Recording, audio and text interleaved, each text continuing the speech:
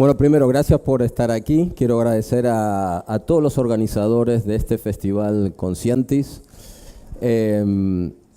por darnos la oportunidad de hablar de este tema que muy charming no es, ¿no? Verán que cuando uno ve comida, salud, qué sé yo, después ve basuras marinas, le suena una cosa desagradable, ¿no? No es un tema muy atractivo, ¿no? Y muchas veces la gente piensa que es un tema que tiene que ver, que es un tema ambiental, pura y exclusivamente, pero lo que vamos a ver hoy es que esto trasciende lo ambiental, va más allá de lo ambiental. Y también, lamentablemente, la gente piensa que el problema de las basuras marinas es solo estético-ambiental, ¿no? Que es un problema estético y nada más, y hoy vamos a poder deshacer un poco esa idea. Como escuchamos recién, esto no ilumina en la pantalla. Muy bien. Pertenezco a la Asociación Ambiente Europeo, que es una asociación que hoy en día está enfocada en el problema de las basuras marinas. Y la idea de Ambiente Europeo, cuando lo constituimos, es trabajar con la gente. Y cuando digo esto, es porque confiamos en la capacidad que tenemos los seres humanos de poder contribuir a la solución de los problemas ambientales. Este tema de las basuras marinas tiene mucho que ver con nuestro día a día como consumidores en esta sociedad. Cuando la Viña, ¿no? ¿Esto no? Da Viña. Cuando Da Viña nos hablaba de esta sociedad del materialismo y del consumismo, este problema de las basuras marinas viene de ahí, ese es el origen, ¿no? El mar siempre a todo el mundo, viva cerca de la costa o en el medio o a 500 kilómetros de ellas, en Madrid o más lejos todavía, siempre el mar nos ha traído reminiscencias de algo agradable, de algo positivo, sobre todavía cuando vemos especies emblemáticas como esta. Pero es verdad que la relación del ser humano con el mar es limitadísima, salvo que trabajes, como vosotras en Clean Ocean Project, que están en el tema marino, que seas pescador, que seas buzo, que seas capitán de un barco, que te dediques a la navegación. Nuestra relación con el mar se limita a el que tiene suerte, ir una semana de vacaciones a la playa, y el que tiene un poco más suerte, 2 semanas. Y eso es casi todo. Por eso, solamente de ese mar tan emblemático hemos explorado solamente el 5% de las aguas de nuestro planeta.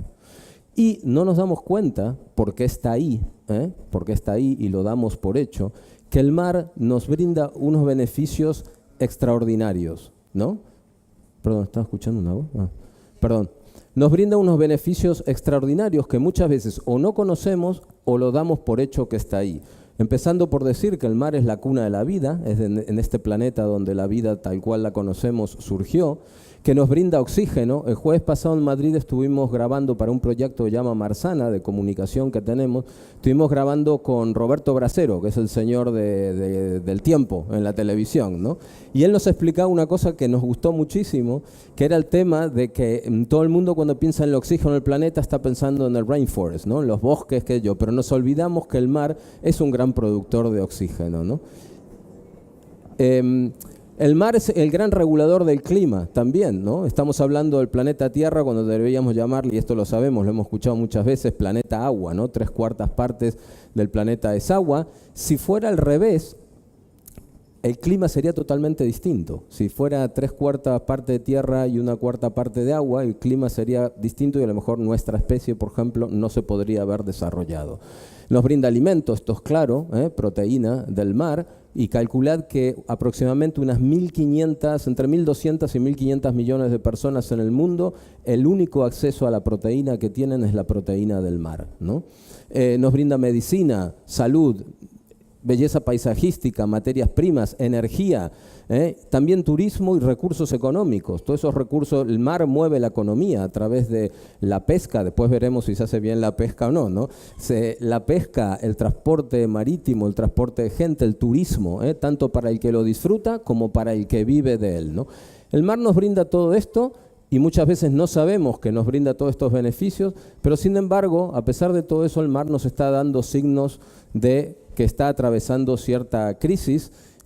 ciertos desafíos, y entre ellos podemos mencionar el que dije recién, el de la sobrepesca. Como encontramos pescado en la pescadería y latas de pescado en el supermercado, pensamos que no es un problema, pero tenemos un grave problema en el mundo con la sobrepesca. Estamos pescando más de lo que necesitamos, y a eso se le suma luego a la pesca ilegal, que nos cuesta unos 23.500 millones de euros anuales a la comunidad internacional.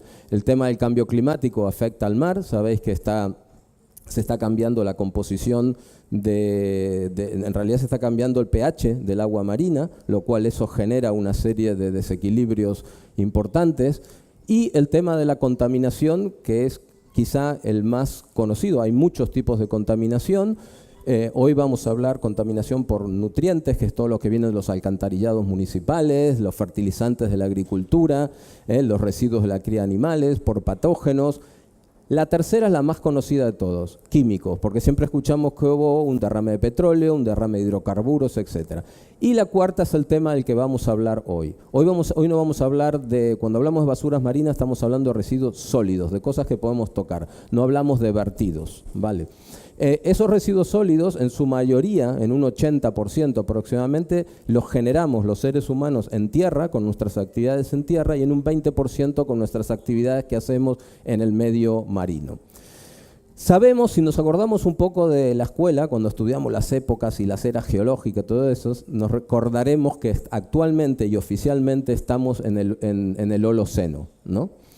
Época cuaternaria, Holoceno, pero desde hace ya décadas hay quienes están proponiendo, aunque todavía oficialmente no es, porque hay toda una burocracia atrás de eso, a través de la Comisión Internacional de Estratificación de no sé qué, hay quienes están proponiendo que en realidad ya estamos en lo que se llama el Antropoceno, que es esa nueva época geológica en que la huella del ser humano está ahí en los estratos geológicos, mayormente dado por muchas cosas, también por los productos químicos, de la minería, etcétera, etcétera, pero también por los plásticos. Los plásticos son parte ya de ese antropoceno, de esa nueva época geológica a que nos referimos.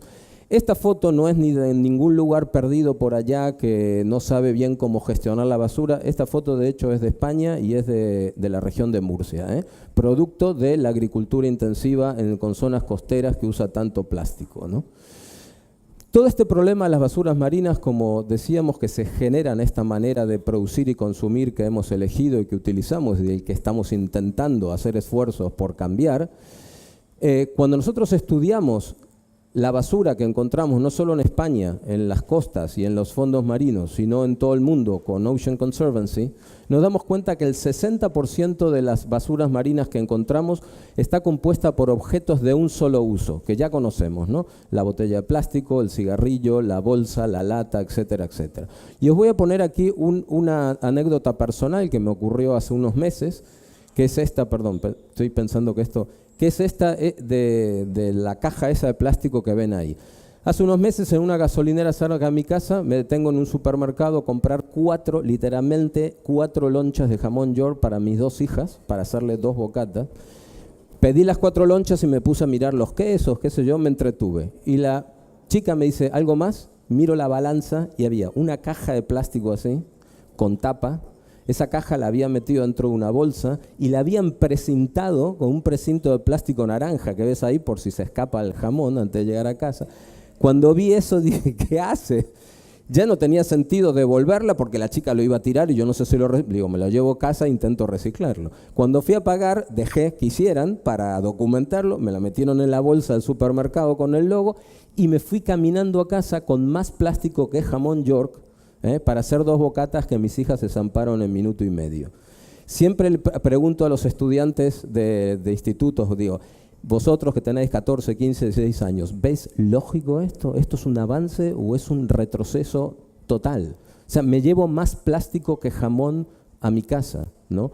Entonces, el tema surge, si podemos poner una fecha, aunque no es que haya una fecha, pero yo arbitrariamente la pongo, cuando, esta es la portada del Life Magazine, de la revista Life, del agosto del 1955, agosto del 55. Adentro hay un artículo en la que están promoviendo la nueva vida que se viene, la vida del usar y tirar. Ya no tenemos que planchar, ya no tenemos que lavar, ya no tenemos que reparar. Esto es espectacular. Y el artículo lo promueve con diciendo, señores, aquí está la nueva vida. Y el problema que tenemos que hacer es que ahora tenemos que desandar esto. Esto es lo que tenemos que desandar y ahora veremos cómo está relacionado con el problema que nos convoca. Cuando hablamos de basuras marinas, hablamos mucho de plástico, porque aproximadamente el 70% de la basura marina está compuesta por plástico. Ahora, dejando de lado cuestiones ya más de sentimientos, de pasión, etcétera, etcétera, intentando ser objetivo y racional, debo decir que el plástico ha brindado y brinda a nuestra especie humana un servicio espectacular. Incluso tiene su lado de sostenibilidad. Ya sé que algunos están diciendo, ¿qué estás diciendo? Ese coche, si no tuviera parte de plástico, sería mucho más pesado, por lo cual para ir a la misma velocidad tendría que darle más caña, gastaría más combustible, contaminaría más. Yo no me puedo imaginar hoy en día, no sé del futuro, podemos tender a eso, pero tampoco ha hecho un gran servicio en la medicina, en el deporte, en los aviones, serían mucho más pesados. O sea, tiene su lado de sostenibilidad. O sea, que el plástico en sí es y no es el enemigo, nos ha brindado un servicio. El problema es qué estamos haciendo con ese plástico. Y el problema cuando hacemos esto, que esto es totalmente inaceptable, ¿no? Porque ya yo como consumidor me siento tratado casi de subnormal, ¿no? Y perdón por la palabra, porque que me tenga que pelar una mandarina, y esto lo pide el mercado. Yo no creo que el mercado lo pida, ¿no? Sinceramente. Pero os voy a contar esto pasó hace 3 años en Inglaterra. Os voy a contar una anécdota interesante. Siempre le explico a los críos que no es tanto lo que voy a hacer con esta caja de plástico, sino lo que yo pasó. Y se recicla. Claro, pero para hacer eso, ¿qué pasó? Combustible, energía, transporte, recursos naturales, de aquí para allá la caja hasta que metieron la mandarina al supermercado. ¿Y ahora qué hago con ella? ¿Se recicla o no se recicla? ¿Dónde vivo? Entonces, lo bueno de esto es que en este ejemplo, hoy con las redes sociales, la gente se indignó tanto que empezaron a comentarlo y se hizo una bola de nieve gigante y la empresa retiró la caja. Espectacular anécdota del poder que los consumidores tenemos y que no ejercemos porque no sabemos que tenemos. Entonces, cuando empezamos a meter el plástico en estas cosas, que también le pregunto a los estudiantes, ¿sabéis lo que es esto? Es un artilugio, esta foto la saqué yo, paré del viaje de Madrid a Murcia, paré a tomar un té, pido un té y me traen esto. Le digo,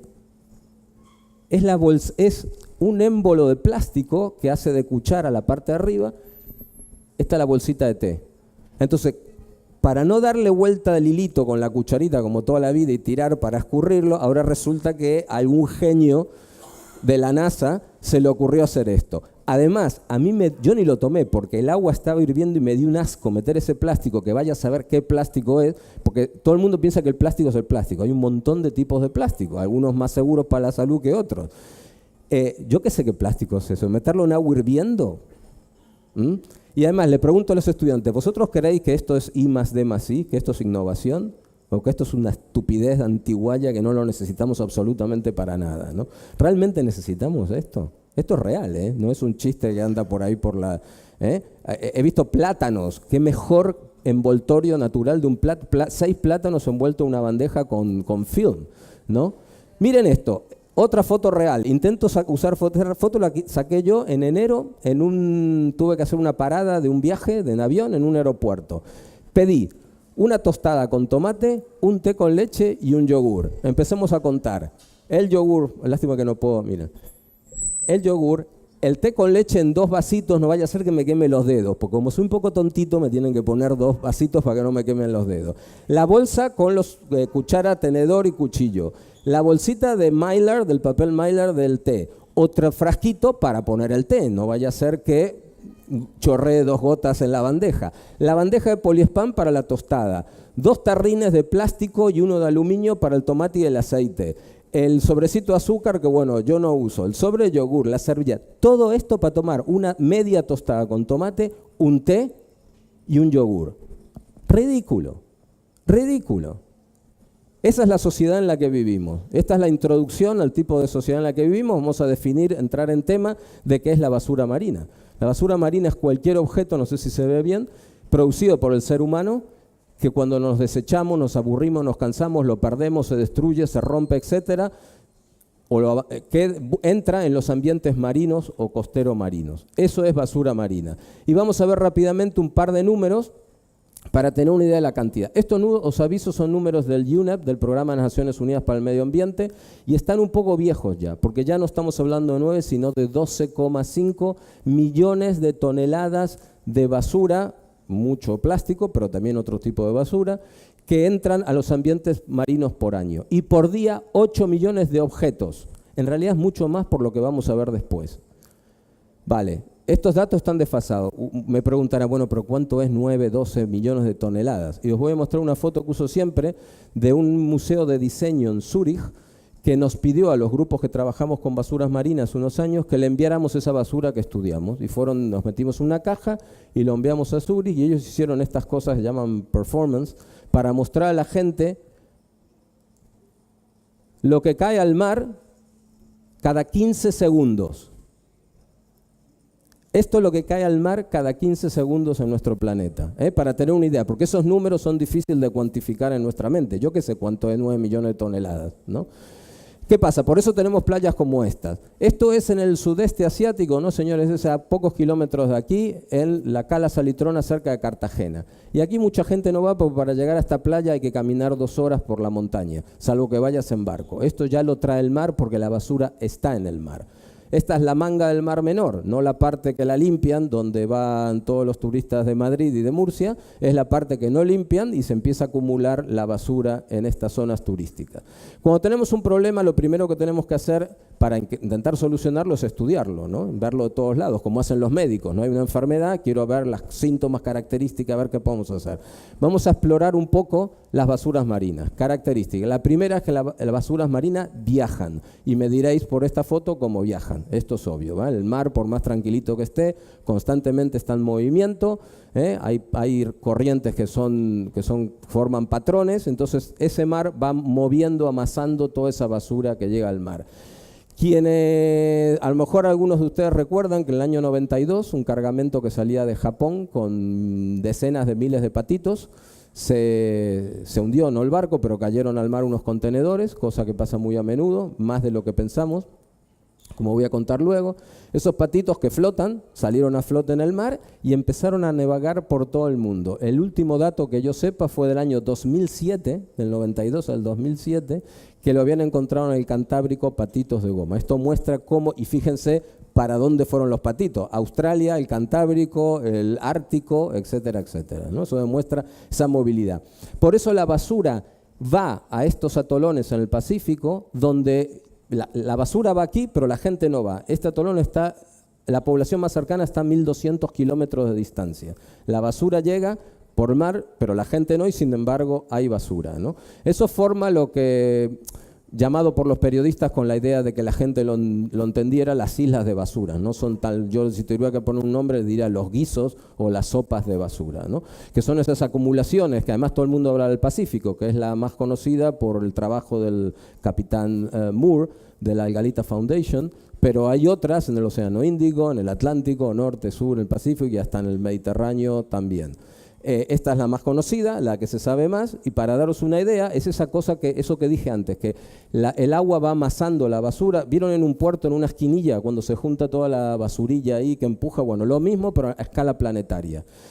¿Qué tamaño tiene el Pacífico? Pues 3 veces la península ibérica, España y Portugal juntas, ¿no? 3 veces. Y elijo España y Portugal porque si les digo Paraguay, a lo mejor no tenéis muy claro qué tamaño tiene Paraguay, ¿no? 3 veces la mayor parte de la basura flota en los 10 primeros metros y se calcula que un 40% está hundida. Y repito que esto pasa en todos los mares del mundo. ¿Cómo llega la basura al mar? A lo mejor la gente que piensa que, bueno, es una persona que se pone enfrente del mar, en un puerto, una playa y tira la lata. Bueno, alguno quedará que hace eso, pero en realidad cómo llega la basura al mar es un proceso muy complejo, muy complejo, que pasa muchas veces desapercibido y va desde el que realmente tira la basura al mar o deja la colilla en la playa, usa la playa de cenicero, hasta todas las actividades que realizamos en tierra y en el mar, los vertederos, los ríos, que son grandes aportadores de basura, ríos donde hay basura y que llegan al mar, como veremos en un rato, las actividades como la pesca, el transporte marítimo, el turismo, el deporte, la agricultura, brutal, lo de la agricultura en el Mediterráneo, pero brutal, donde les voy a hablar que en un estudio que hicimos, en 1 metro cuadrado, que es esto donde estoy parado, en la región de Murcia, 3.004 trozos de plástico en 1 metro cuadrado solo, ¿no? Y luego veremos otros estudios. Y hay basuras y basuras. Están las basuras que vemos, la lata, la bolsa, la colilla del cigarrillo, pero hay basuras que no vemos y que hasta hace pocos años ni se consideraban basura marina, como veremos en un segundo. Además de viajar, la basura dura, tiene una duración larga, a veces mayor que la vida del ser humano y bastante más larga que la vida del ser humano. Vamos a poner unos ejemplos. Por ejemplo, una botella de estas de PET, de plástico del agua mineral, etcétera, 450 años en el ambiente marino. Un pañal, otros también unos 450 años. Una colilla de cigarrillo entre 1 y 5 años. Una lata de aluminio de cerveza, refrescos, unos 200 años. La lata de conserva en unos 50 años. El vasito este de poliespán blanco, el café, que un café lo consumimos ¿qué? En 3 minutos, si estaba caliente en 5, si estamos charlando en 10 minutos, 50 años en el medio ambiente, una línea de pesca, 600 años en el medio ambiente, las redes, bueno, es brutal lo que dura la basura. Y esto de durar y viajar, mala noticia, una cosa que dura mucho y que viaja es difícilmente gobernable, ¿no? ¿Y qué pasa? Vamos a poner un ejemplo. Esto es una acequia de riego de la huerta donde por motivos X hay botellas de plástico. ¿Qué va a pasar cuando den riego? Va a salir el agua y va a empujar todo esto y las acequias desembocan en el río. En este caso es el río Segura. En el río Segura esta botella, esta por ejemplo, dijimos que duraba 450 años. Que se tira unos meses, que se tira unos años en la acequia, todavía tiene tiempo. Que llega al río y empieza a navegar río abajo y se queda encajada en unos cañaverales o unos juncos, 5 años, todavía tiene 435 años más para vivir. Algún día esta botella, nuestra amiga, va a llegar a la desembocadura del río del Mediterráneo, que como verán tiene una pinta bastante cercana a vertedero, ¿no? Eso es en la desembocadura del Segura en el Mediterráneo. Una vez en el Mediterráneo, esa botella empieza a circular, algún momento podrá pasar el estrecho y de ahí a cualquier parte del mundo, ¿no? Una vez un amigo nuestro escribió un artículo sobre esto que decía de la huerta murciana al océano Índico, ¿no? Perfectamente posible, ¿no? Otra característica, la basura transporta, y esto lo estudian mucho los japoneses, son locos de estudiar esto de cómo transporta cosas la basura marina. ¿Y qué transporta? Organismos o microorganismos. Estas son las manos del capitán Moore, del hombre este del Pacífico, en una bandeja como estas de la carne, el pollo, de la fruta que se está usando ahora, que ha pasado mucho tiempo en el mar y sabemos, como los barcos, que cada tanto hay que sacarlos para limpiarles el fondo, a la basura marina, que puede ser el respaldo de una silla de plástico que cae al mar, cualquier superficie, las cajas de los pescadores, se le pegan organismos, incluso hay científicos que han descubierto que hasta bacteria prospera en la basura marina, ¿no? ¿Qué pasa? Esos organismos de ahí, cuando la bandeja empieza a viajar, si es que él puede viajar, se les cambian las condiciones de temperatura, etcétera, etcétera, y la mayoría morirán. Pero supongamos que nuestro amigo, de donde sea, alicantino, el que está ahí en el frente, Pepito, es fuerte, nació fuerte, se crió fuerte y resiste.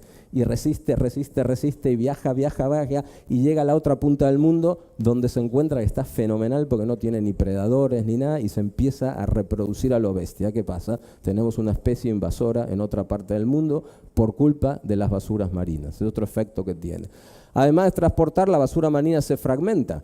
Con el paso del tiempo, esto que es de plástico o cualquier cosa, con el paso del tiempo en el ambiente marino, con el sol, la composición del agua, etcétera, etcétera, y además por el tema de la obsolescencia programada que habéis escuchado hablar, está todo diseñado para que dure un ratito y luego automáticamente se empieza a desintegrar, la basura marina se empieza a fragmentar y ahí aparecen las microbasuras que ya directamente le llamamos microplásticos porque es difícil encontrar una lata en trocitos, lo que generalmente está en trocitos es el plástico, entonces ya directamente le llamamos microplástico. Técnicamente, para que sepáis, microplástico es de 5 milímetros para abajo, Todo lo que sea de 5 milímetros para abajo es microplástico. Ya podemos hacer una primera división en macro y micro. A la de micro directamente le damos microplástico, y luego tenemos los microplásticos primarios, que ahora veremos, y los secundarios. Los secundarios es cualquier objeto que hemos utilizado y que se descompuso. El primario ya es fabricado así, y ahora voy a contar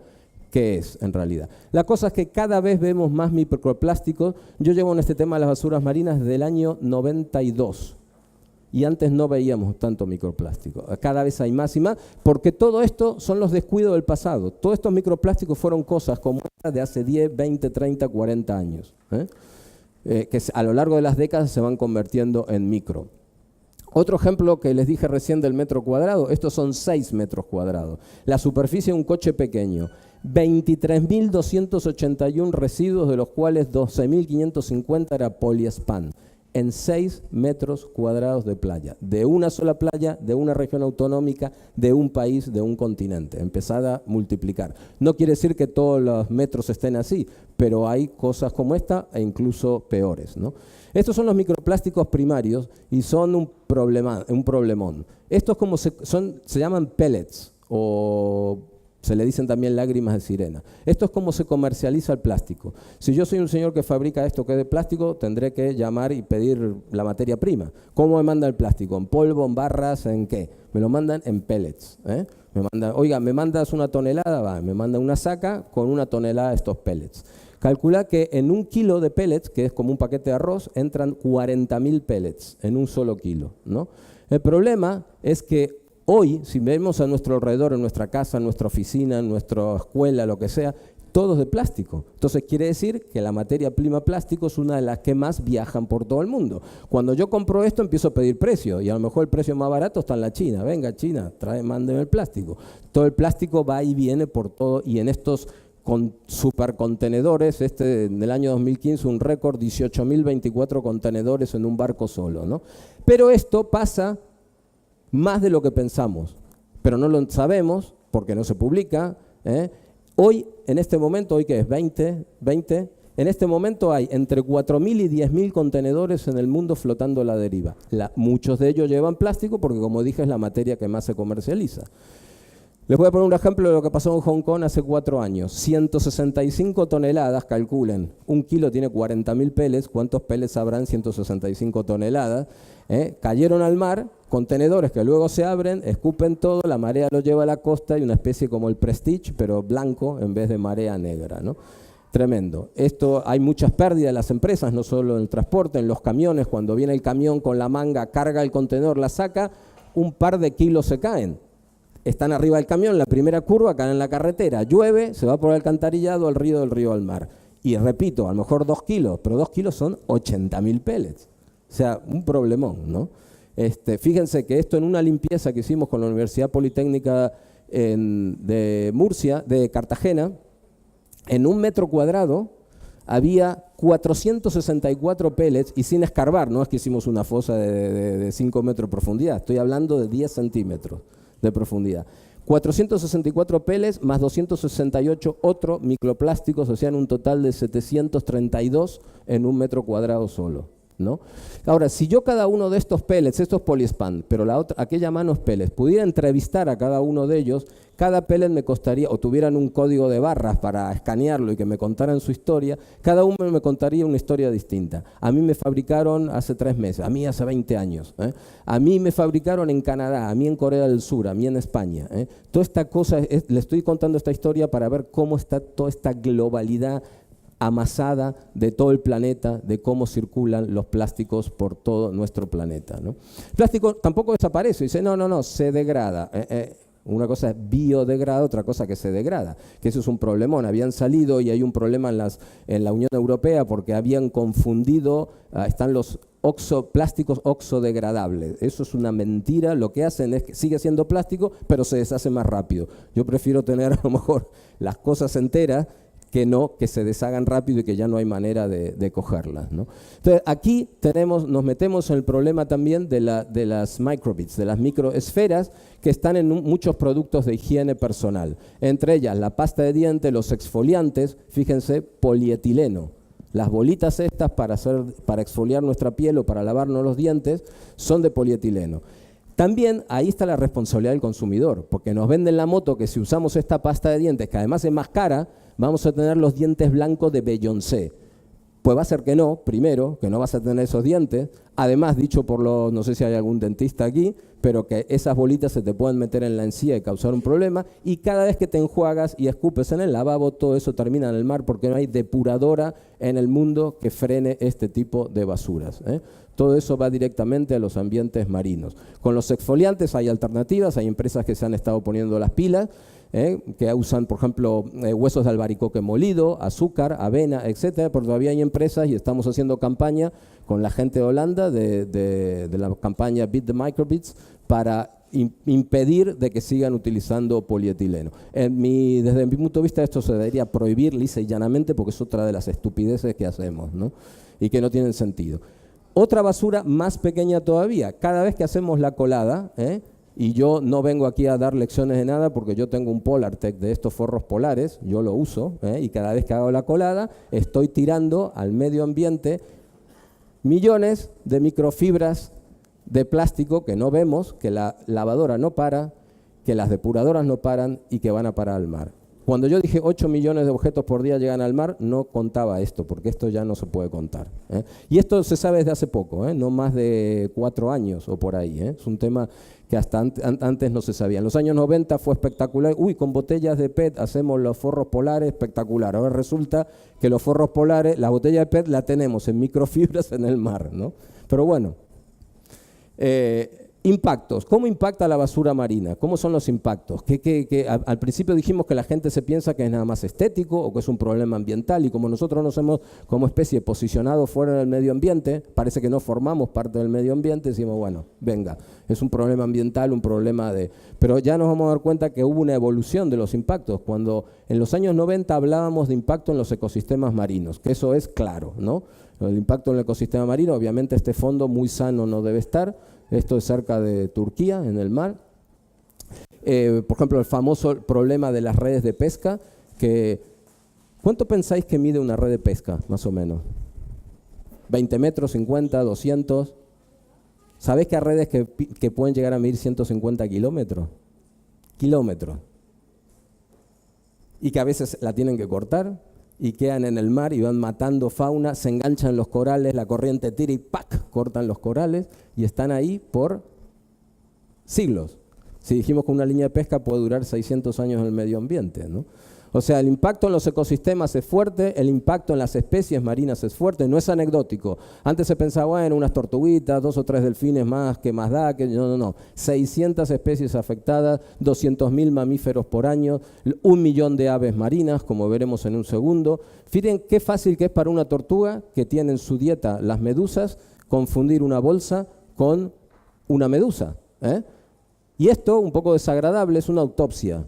Es lo que se encontró en el estómago de un ave marina en el Pacífico Central, donde podrán ver aquí 1 y 2 mecheros, ¿no? Donde se pueden ver aplicadores de tampones, se pueden ver microplásticos, se puede ver todo lo que quieras. ¿Qué pasa? ¿Son tontas las aves que comen plástico? No, pobrecitas. Y recién se supo el año pasado, por septiembre, octubre. Descubrieron que las aves marinas tienen una relación olfativa con el plástico. ¿Tenéis hambre ahora? No mucho, ¿no? Pero si yo me pongo a hacer ahí afuera algo que huele fenomenal, os despertará un poco el hambre. A las aves le pasa lo mismo con el plástico. Empiezan a olfatear el plástico, van y lo comen. No solo lo comen ellas, sino que le dan de comer a sus crías. El documental de que viene la mamá o el papá y le mete la comida en el pico, bueno, le están dando trozos de plástico de comer que obviamente la sacia, la llena, pero no las alimenta. Y además les produce disrupciones hormonales y todo el rollo que os podéis imaginar que no nos vamos a meter ahora. Mamífero marino varado en las costas de Granada, le hacen la autopsia, plásticos del invernadero, de los greenhouses, de los invernaderos. Sí. Pero esto ya tiene unos años. El mes pasado apareció un cachalote varado en el Cabo de Palos, en Murcia, y tenía 29 kilos de plástico adentro del estómago. 29 kilos, la mayoría de la agricultura. También el impacto se nos va acercando. Antes era el medio ambiente, bueno, los animales, pero ahora el bolsillico, la economía, ojo. ¿Por qué? Me dedico al turismo. Si yo alquilé una casa en este pueblo, el año que viene probablemente no vuelva, si la playa está así. Y además al ayuntamiento, y si voy a un centro de buceo y me encuentro con estas vistas, posiblemente cambie el año que viene de centro de buceo, ¿verdad? Entonces esto tiene un impacto, porque si no alquilo esa casa, tampoco voy a comer el chiringuito, tampoco compro el café, tampoco compro las chanclas al la tendita ni la crema solar, y es toda esta cosa que empieza a mover el turismo, las actividades recreativas, las economías locales, el gasto público, la pesca, etcétera. Tiene un impacto económico brutal, ¿no? Seguridad en la navegación, también impacto en la seguridad personal, pero también la navegación. Nos pasa esto o estas reparaciones a barcos ya comerciales, pesqueros, transportes son altamente caras y además peligrosas. Seguridad personal. Esto en España encontramos en todos lados muchas jeringas, a veces son de usos veterinarios, pero muchas veces son de usos humanos. Y esas jeringas, en este caso una activista en Hong Kong, fíjense la cantidad de residuos patológicos que se encuentran en las playas, ¿no? Impacto social, no es el caso de país desarrollado como España, pero sí en los países en desarrollo. Hay gente que lamentablemente vive así porque han tenido acceso al consumo, pero no saben gestionar todavía los residuos sólidos urbanos o las infraestructuras que puedan tener para poder dar salida a todo esto. Y el último, verán que se va acercando la fauna marina, los ecosistemas marinos, pero ahora ya es el bolsillo, la economía, la seguridad personal, mis hijos, la salud, mis críos, ya se va acercando el monstruo. ¿Qué pasa con la salud? De esto hasta hace 3 años no se hablaba.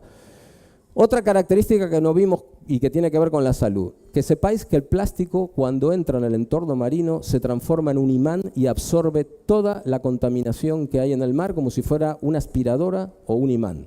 Si esto cae en el mar, empieza a decir, ven para acá, contaminación, y se le pega a las paredes. O sea, que chupar un pedazo de plástico que no estuvo nunca en el mar es mucho menos peligroso que chupar una cosa que ha estado años en el mar, porque tiene, además de su propia toxicidad, tiene la toxicidad añadida que se le pegó.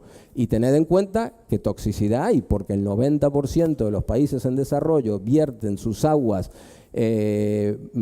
costeras sin ningún tipo de tratamiento. Así, pum, a lo bestia. Aguas grises, aguas negras, aguas industriales, al mar. Entonces, por eso le dicen a las embarazadas, oye, no comáis atún durante el embarazo, ¿no? Hay mercurio, esto y lo otro, metales pesados. Todo eso, el plástico lo absorbe, se le pega, aquí está. Es como si limpiara el mar, de alguna manera, ¿no? Entonces, ¿qué pasa? Luego nos damos cuenta que los estudios nos dicen que los estudios en el Pacífico, el 90% de los peces del Pacífico tienen plástico en su sistema. Y aquí en el Mediterráneo, el Instituto Español de Oceanografía, en octubre del año pasado, hace escasamente 6 meses, 7 meses, nos dice que 1 de cada 6 peces tiene plástico en su sistema. Vale, entonces, ¿recordáis lo de la cadena trófica? El pez grande que se come el pequeño. Bueno, la cadena trófica empieza en lo pequeñito y termina en lo más grande. Por ejemplo, en el mar, en las especies pelágicas, el atún, el tiburón, el emperador, etc. Pero lo pequeñito es el zooplancton. Fijad, una foto sacada con un microscopio de zooplancton donde podemos ver 2 trozos de microfibras de plásticos teñidas a propósito para hacer contraste, de plástico ya ingerida por zooplancton. O sea que el plástico está en la cadena trófica. Pez grande que se come al pequeño en la cadena, esta toxicidad se bioacumula, 1 más 1, 3. Se va potenciando, se va bioacumulando. ¿Quién es el consumidor final de todo esto? ¿No? O sea, el impacto en la salud ya está ahí, el plástico ya está en la cadena trófica, y lamento decirles que, y estos, no sé, a mí se me pusieron los pelos de punta, acaba de salir hace muy poco un estudio hecho en 18 países que determina que microfibras, microscópicas, no lo podemos ver, de plástico ya están en el agua del grifo y en la sal de mesa. Porque la sal obviamente se hace con sal marina, ¿no? Está en la cadena trófica, está en nuestro día a día, y frente a este desaguisado de lo que estoy contando, que es un verdadero marrón que hemos creado y que no se conoce, a lo mejor vosotros lo conocéis, a lo mejor lo conocéis más de lo que podemos investigar nosotros, pero en realidad de cara a la sociedad abierta, esta es una historia que no se ha contado. La sociedad ha ido aprendiendo temas como el cambio climático, de a poco vamos tomando conciencia, pero el tema de las basuras marinas o no se conoce, o si se conoce se queda en un problema meramente estético y nada más. Pero como verán, trasciende lo estético y lo ambiental. Para ese cambio es la idea de desandar lo del Life Magazine, de la tapa, esa sociedad que promovíamos en el año 55. Es empezar a deconstruir esto, a desarmar esa cosa. La pregunta, ¿estamos listos para el cambio como sociedad? ¿Estamos listos? Una cosa es que querramos, sí, queremos hacerlo. Pues yo creo que todavía, y es donde estamos trabajando todos, tenemos que empezar a contar esta historia, tenemos que poner el tema en la mesa y lo primero que tenemos que hacer es informarnos, que es lo que estamos intentando hacer incluso hoy, de tener esta información para concienciar, para saber que el problema existe y saber que nosotros podemos hacer cosas. El tema del reciclaje es muy bueno, pero no es la única solución. No podemos decir reciclar y ya está. ¿Por qué? Porque si no, venga, reciclar, usar y reciclar. Reciclar necesita energía, no todo se recicla, los plásticos son distintos. ¿Sabéis lo que pasa en China, no? Ahora estaban recogiendo el plástico de los invernaderos y te daban algo de dinero. Ahora lo han dejado de recoger porque China en enero cerró la puerta y dijo no quiero más plástico. Plásticos de todo, desde ordenadores, impresoras, botellas, que venían de países en desarrollo. ¿Para qué? A lo mejor la gente ingenuamente, no, si los chinos lo reciclan. Y un jamón, lo queman para crear energía, pero al quemarlo, lo llama waste to energy, la tecnología que tienen los chinos será de cuarta, si no de quinta, y las emisiones que están tirando para crear, los chinos necesitan mucha energía porque son los que están produciendo todas las cosas que nosotros consumimos aquí. O sea, los chinos son los malos, pero nosotros somos los que los hacemos hacer malos también, porque también un poco hipócrita decir, estos chinos, qué sé yo qué, pero los chinos están trabajando para nosotros. Después nosotros vamos al chino y compramos todas las cosas de plástico, los platos, los cuchillos y los tenedores de plástico, ¿no? Entonces, reciclar está muy bien, hay que hacerlo, por supuesto, pero tenemos que avanzar pasos que ya son más complicados. Recordar, ya se ha metido un poco en la idea de la gente esto de reducir, reutilizar y reciclar. Reciclar está más o menos claro. Lo de reducir, creo que no tiene sentido hablar de estas cosas si no reducimos, si no empezamos. Mira, yo les voy a poner un ejemplo. Tengo una hija de 6 años. Cuando iba a la guardería, un día entré a la clase y me vi en una estantería todos los botellines de agua, uno por cada crío, que serían 20 y pico de críos, de una clase sola, de una escuela sola, de una comunidad autónoma sola, multiplicada. Al otro día había otro set de 25 botellas, al otro set, sacá la cuenta. Y yo le dije, oye, no podéis utilizar, es que muchos de vosotros tendráis este tipo de botellas, tratad de no utilizarlas de aluminio, porque echan peste y el aluminio no es bueno y tiene la capita esta adentro, bueno, mejor vidrio o acero inoxidable, etcétera, ¿no? Entonces, reducir, tenemos que empezar a reducir. Reutilizar también el tema de las bolsas, que ahora se está conociendo un poco más, pero que sepáis que hay otras R's, Hay otras R's. Por ejemplo, primero, tomar responsabilidad. No es la responsabilidad solo de los consumidores, como si tenemos tiempo lo veremos en un ratito. La responsabilidad es de todo, es de los productores, es de quienes producen, quienes nos enchufan este plástico que no queremos, pero también nosotros cumplimos un rol en la manera en que consumimos, porque si yo sigo aceptando la bandeja esa de plástico del jamón del principio, en vez de decir, no, dame papel. Y una vez me pasó una cosa muy curiosa, porque tiempo después le dije, ¿me das papel? Y había una señora al lado mío y como que me miró y pensó, yo también puedo pedir papel, así como, claro, coño, tomar responsabilidad, revélate, rechaza. Terminemos, nos están ofreciendo y se piensan que es servicio al cliente. Mira qué bien que te trato con todo este plástico. Que no me estás tratando bien, me estás enchufando un marrón que además lo tengo que gestionar yo después, ¿no? O sea, ahí cumplimos un rol muy, muy importante, ¿no? En rechazar, revelarnos, reivindicar, reflexionar, responsabilizarnos, contar a nuestra gente, a nuestros amigos, a nuestro entorno, etcétera, etcétera. En definitiva, con todo esto lo que queremos hacer es poner estos puntos rojos en las pantallas personales de los radares de la gente. Nosotros en nuestra pantalla personal, de nuestro radar personal, ¿qué tenemos? Lo que vamos haciendo el día a día. Tengo que pagar la hipoteca, tengo que ir al dentista, tengo que ayudar a mi hija con el examen de qué sé yo qué, tengo cosas de mi trabajo, problemas. Lo que se trata es ir metiendo todos estos puntos rojos, no solo del tema de los plásticos. Me vais a odiar porque la próxima vez que vayas a la playa vais a ver más plásticos que nunca, porque si te compras un coche rojo, veis coches rojos por todos lados, ¿no? Si mi esposa se queda embarazada, veo embarazadas por todos lados. Ahora vais a ver plástico por todos lados, ¿no?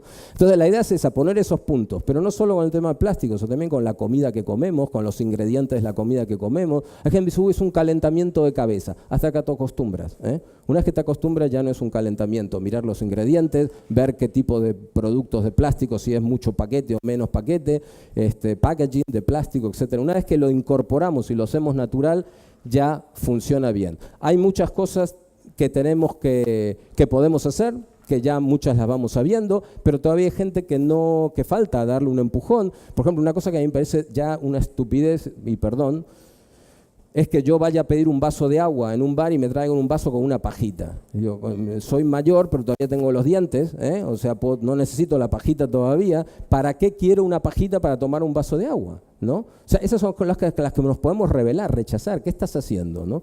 El tema de la bolsa y cosas que ya vais conociendo. Como todo esto que les conté es un marrón, os voy a contar la parte buena para terminar. No sé cuánto me queda. Muy poco, ¿no? 5 minutos, creo. 8, vale. Bueno, la parte buena es que es verdad, y yo lo puedo decir porque trabajo en esto del año 92, no en España, en otro país, en Estados Unidos, y nunca pasó nada. Y en estos 2, 3 últimos años es cuando ha explotado. Antes había explotado en las ONGs, en los grupos, qué sé yo, pero a nivel popular, de los medios de comunicación, etcétera, el año pasado fue fenomenal, ¿no? Hay más visibilidad, más foros, más medios de comunicación. De hecho, nosotros formamos la Asociación Española de Basuras Marinas. Tenemos más datos. Nosotros trabajamos un programa de ciencia ciudadana que hemos movilizado más de 15.000 voluntarios en España y más de 14 millones de voluntarios en el mundo.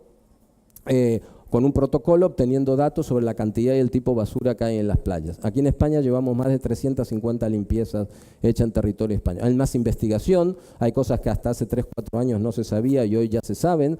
Hay más organizaciones, iniciativas, personas. Vosotros aquí tenéis en la isla a la gente de Clean Ocean Project, que está metida 100% en el tema de las basuras marinas. Más personas que se involucran en estos temas para intentar cambiar. Y una cosa que es muy importante de nuestro punto de vista y siempre le queremos poner énfasis, no queremos quedarnos solamente en contar el problema y nos vamos, sino contar la historia también de las posibles soluciones y lo que podemos hacer. A veces por parte del consumidor, como yo lo dije, pero también por parte de los productores con este tema de la famosa economía circular, que yo lo explico de una manera muy sencilla, ya sé que lo sabéis, pero no está mal repasarlo, que estamos acostumbrados desde que dejamos el trueque y nos inventamos una economía, nuestra economía es lineal, en la que extraemos algo de la naturaleza, lo fabricamos y lo tiramos al vertedero, y lo desechamos, es lo que llama de la cuna a la tumba, totalmente lineal, y la idea es emular un poco el ciclo de la naturaleza, que trabaja de forma circular. La naturaleza no produce basura, lo que nosotros vemos como basura no es basura, es un recurso más, y yo soy un árbol que me alimento del suelo y saco mis hojas y mis frutos, cuando caduca cae en el suelo, eso no es basura, es alimento para abonar para que vuelva la temporada siguiente a hacer esta circularidad, ¿no? Entonces, voy a poner unos ejemplos, porque es verdad que el sector empresarial, muy de a poco, pero está empezando a funcionar. Hay empresarios donde todos nosotros vemos basura, hay empresarios que ya están empezando a ver materiales de alta calidad. Algunos son más gestos, que están bienvenidos los gestos porque estamos en un momento de transición. Algunos son greenwashing, es verdad. Otros, vuelvo a repetir, no son greenwashing, pero son gestos para que la gente lo entienda. Pero nosotros, por ejemplo, tenemos un proyecto con el que estamos colaborando en algunos puertos, que estamos trabajando con los pescadores para hacer estas gafas, que además son muy chulas, y además son de muy buena calidad. Esta gafa es 100% red de pesca española en desuso. Los pescadores no saben qué hacer con la red de pesca, lo tiran en el contenedor verde, esa red de pesca va a parar al vertedero, seguro, no hay un sistema integrado de gestión para las redes. Esto es 100% red de pesca española que se ha vuelto a meter en el circuito, pero en forma de gafas.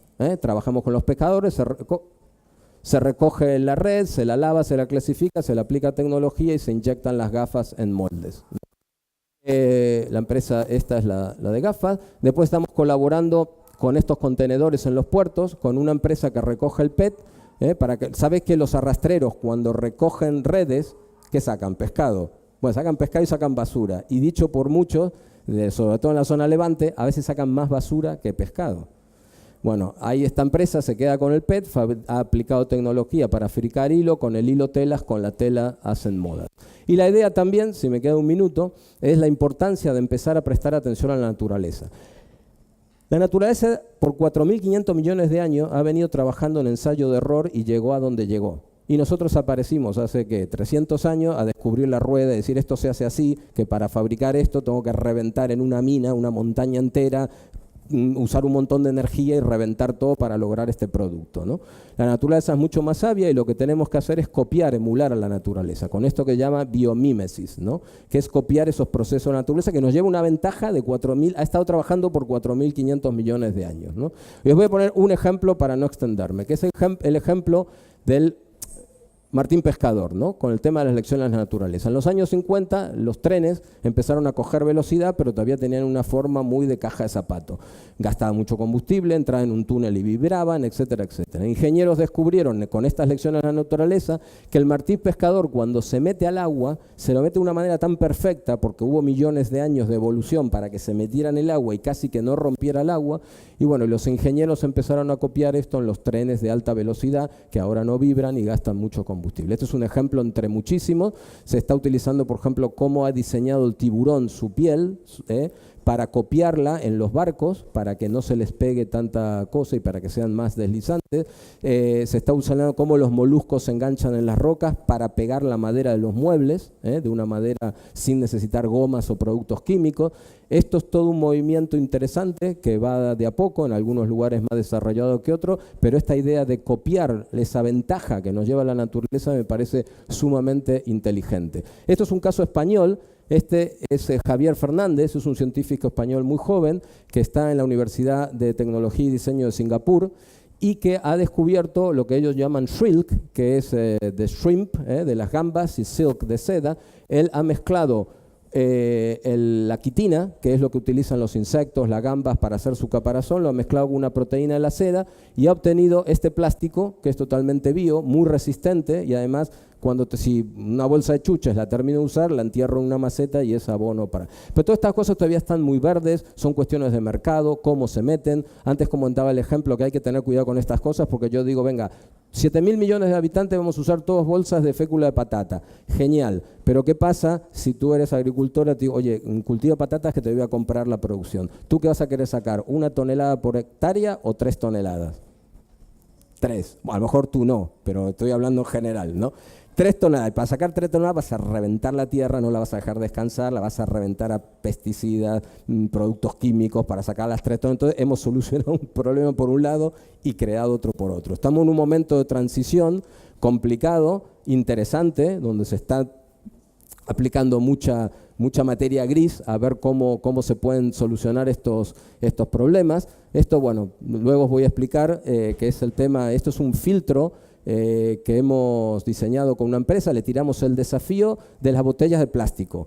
Bueno, con este filtro portátil, que le sacas la tapa, lo enchufas y abres el grifo, filtras 300 litros de agua. Te ahorras de poner en el ambiente 50 garrafas de 6 litros, 200 botellas de 1,5 litros y además de transportarlas, porque 300 litros de agua son 300 kilos que van en un camión de acá para allá. Acá tienes 300 litros de agua en 87 gramos. El filtro adentro, hay otros filtros de marcas conocidas que tienen microesferas de plástico, que tienen componentes que no se reciclan, que van a parar al vertedero. La parte de filtro de adentro es totalmente orgánica con quitina, pulpa de eucaliptus y no sé qué otra cosa más. Espectacular para el tema de reducción de la cantidad de plástico que ponemos en el mar. Termino con 10 puntos. Es un problema que está fuera de control en el mundo. El grifo sigue abierto, lo estamos conociendo, contando la historia, pero sigue abierto. Es un problema global, no es de un país, ni una región, ni de la otra, nos afecta a todo.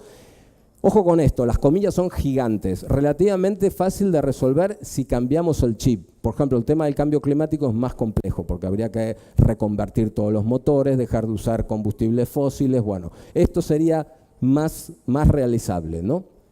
Que tiene un impacto amplio, no es solo en el medio ambiente como vimos, que tiene que ser tratado de diversidad de ángulos. Esto no es un problema ni de políticos, ni de consumidores solos, ni de científicos, es un problema que tiene que ser abordado de distintos ángulos. Lo mismo la responsabilidad, no podemos decir, no, que los políticos legislen, sí, tienen que legislar, nosotros como consumidores tenemos que hacer nuestra parte y los empresarios tienen que hacer la suya también.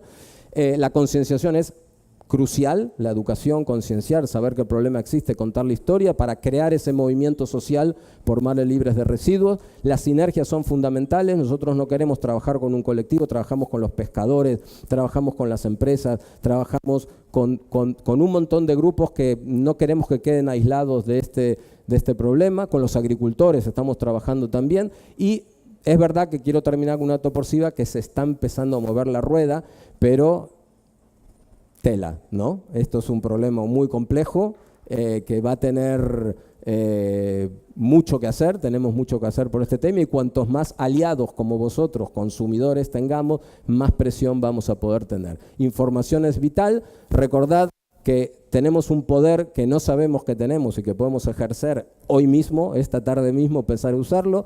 Y sobre todo darnos cuenta que cada uno de nosotros, como dijo Gandhi, deberíamos ser el cambio que queremos ver en el mundo, que no esperemos que venga el político de turno o el industrial a solucionarnos el problema. Ellos tienen que hacer lo suyo, por supuesto, y nosotros también presionarlos con la, porque planeta B, perdona que está en inglés, planeta B no tenemos. Muchísimas gracias por vuestra atención.